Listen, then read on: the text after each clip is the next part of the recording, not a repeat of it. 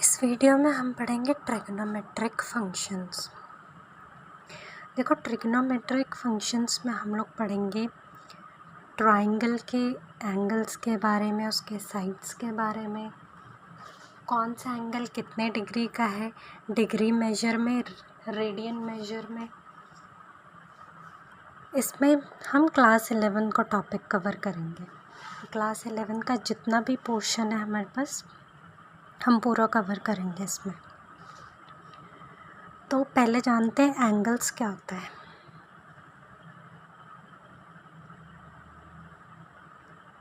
Angles क्या होता है? देखो, कोई भी लाइन है या आप कह लो कोई रे है, ठीक है, इसे हमने इस पॉइंट में फिक्स कर दिया।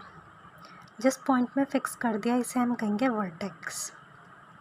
सपोज इस पॉइंट को हमने ओ कह दिया। अब ये जो रे है, ये रे है, ठीक है, इसे हम क्या करेंगे, रोटेट करेंगे।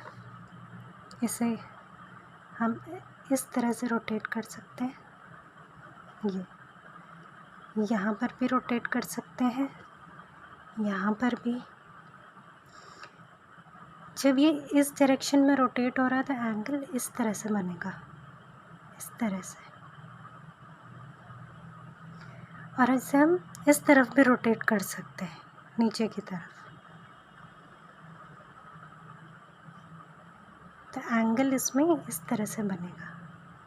जिस तरफ को रोटेट करेंगे उस तरफ एंगल बनेगा, इस तरह से, ठीक है।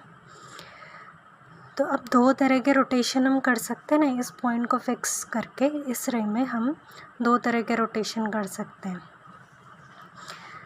तो रोटेशन किस किस तरह के होते हैं? एक होता है क्लॉकवाइज, एक एंटी क्लॉकवाइज, ठीक है। ये क्लॉक होती है, ये क्लॉक होती है। क्लॉक किस डायरेक्शन में घूमती है? इस तरफ, इस डायरेक्शन में। तो जो क्लॉक के डायरेक्शन में घूमेगा वो होगा क्लॉकवाइज,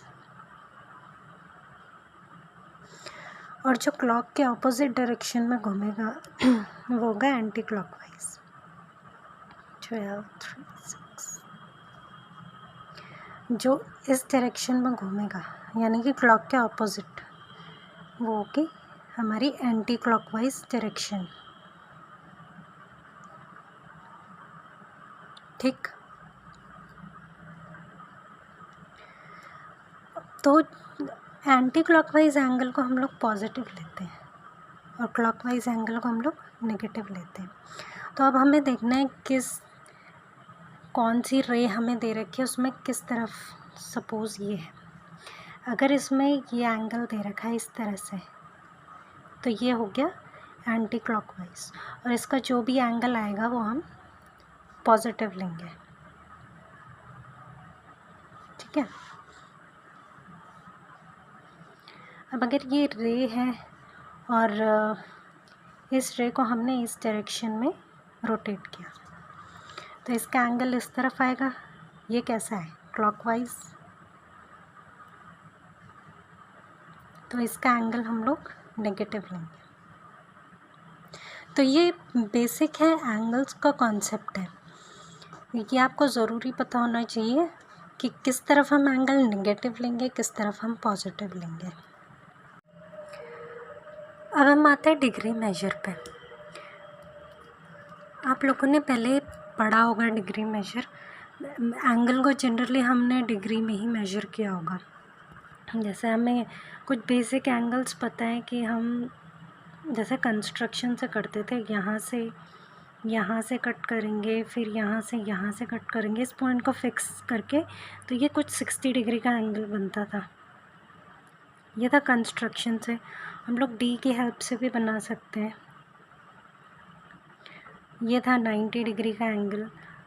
ये कुछ बेसिक्स हैं जो ये तो हमें पता था कि कितने डिग्री का कौन सा एंगल बन रहा था।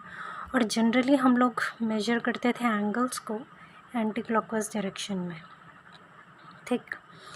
तो कुछ बेसिक्स हैं, जैसे ये पता आपको ये 90 डिग्री का एंगल है, ठीक। और ये हम ऐसे भी कह सकते हैं, अगर ये 1/4 ऑफ द कंप्लीट रोटेशन में जाता है, 1/4 ऑफ कंप्लीट रोटेशन में घूमती है ये रे, रोटेट करती है, तो ये 90 डिग्री का एंगल बनाता है। 1/4 ऑफ कंप्लीट रोटेशन मतलब जब ये यहाँ पर वापस आएगा तो कितना बनेगा, 360 डिग्री। 360 का 1/4 है 90, तो ये 1/4 रोटेशन बना रहा है। ठीक है, कुछ यहाँ से जब यहाँ पर आएगा ये, तो ये 180 डिग्री बनाएगा, और जब ये यहाँ से यहाँ पर वापस आएगा तो ये 360 बनाएगा, 360 डिग्री। तो ये कुछ जनरल कॉन्सेप्ट है। और एक चीज़ है, ये हमें मालूम होनी चाहिए, 1 degree is equals to 60 minute. ठीक, और 1 minute is equals to 60 second.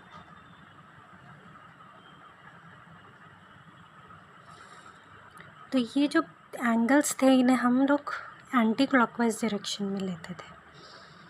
अब इस चैप्टर में हम लोग क्लॉकवाइज डायरेक्शन में भी ले सकते हैं, तो वो चीज़ हमें ध्यान रखनी है कि कौन सा क्लॉकवाइज है, कौन सा एंटी क्लॉकवाइज है।